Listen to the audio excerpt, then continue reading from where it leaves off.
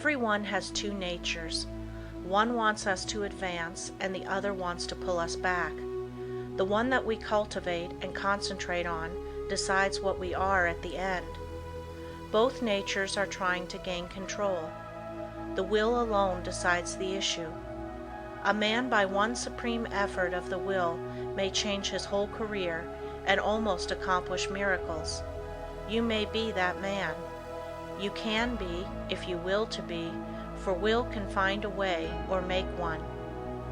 I could easily fill a book of cases where men plodding along in a matter-of-fact way were all at once aroused, and as if awakening from a slumber, they developed the possibilities within them, and from that time on were different persons.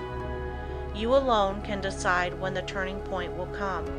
It is a matter of choice whether we allow our diviner self to control us, or whether we will be controlled by the brute within us. No man has to do anything he does not want to do. He is therefore the director of his life if he wills to be. What we are to do is the result of our training. We are like putty and can be completely controlled by our willpower. Habit is a matter of acquirement. You hear people say, "He comes by this or that naturally, a chip off the old block," meaning that he is the only one doing what his parents did. This is quite often the case, but there is no reason for it, for a person can break a habit just the moment he masters the I will. A man may have been a good-for-nothing all his life up to this very minute, but from this time on he begins to amount to something.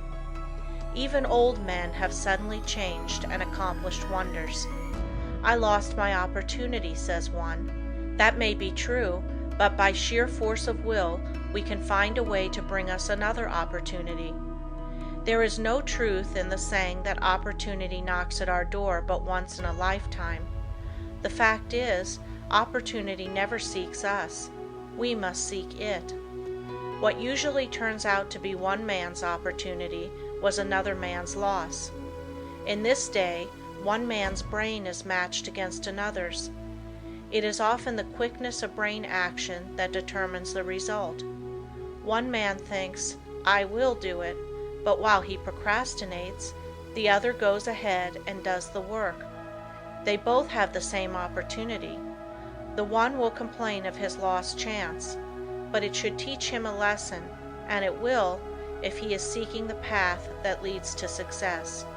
Many persons read good books, but they say they do not get much good out of them.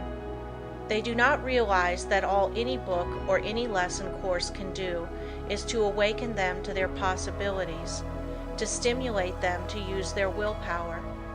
You may teach a person from now until doomsday, but that person will only know what he learns himself. You can lead him to the fountain, but you can't make him drink.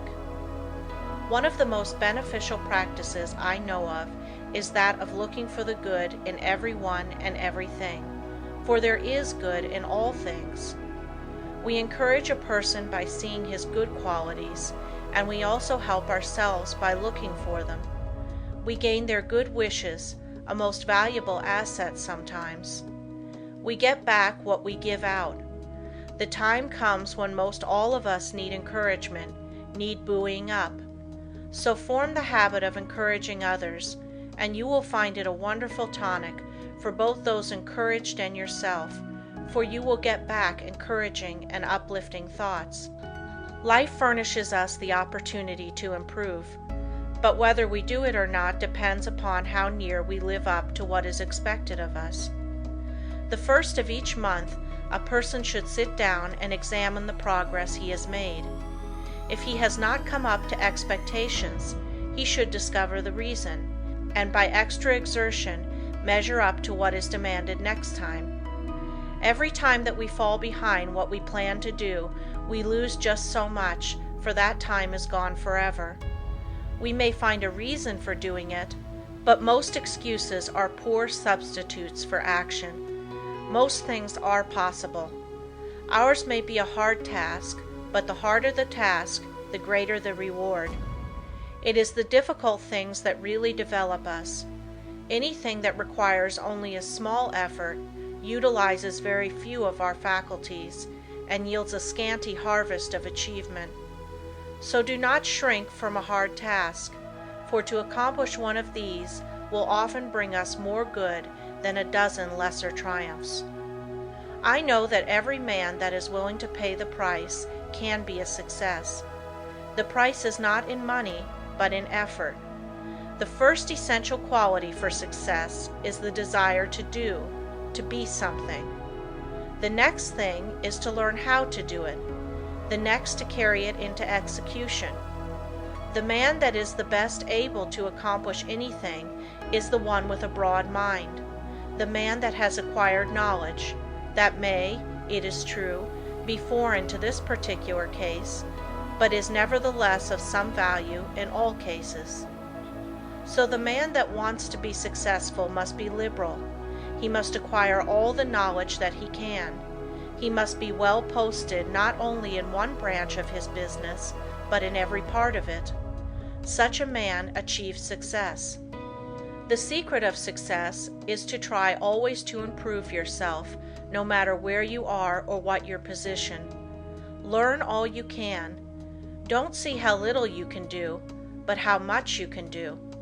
Such a man will always be in demand, for he establishes the reputation of being a hustler. There is always room for him because progressive firms never let a hustler leave their employment if they can help it. The man that reaches the top is the gritty, plucky, hard worker, and never the timid, uncertain, slow worker. An untried man is seldom put in a position of responsibility and power. The man selected is one that has done something, achieved results in some line, or taken the lead in his department. He is placed there because of his reputation of putting vigor and virility into his efforts, and because he has previously shown that he has pluck and determination. The man that is chosen at the crucial time is not usually a genius. He does not possess any more talent than others, but he has learned that results can only be produced by untiring, concentrated effort. That miracles in business do not just happen. He knows that the only way they will happen is by sticking to a proposition and seeing it through. That is the only secret of why some succeed and others fail. The successful man gets used to seeing things accomplished and always feels sure of success.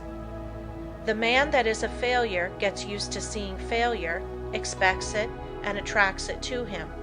It is my opinion that with the right kind of training, every man could be a success. It is really a shame that so many men and women, rich in ability and talent, are allowed to go to waste, so to speak.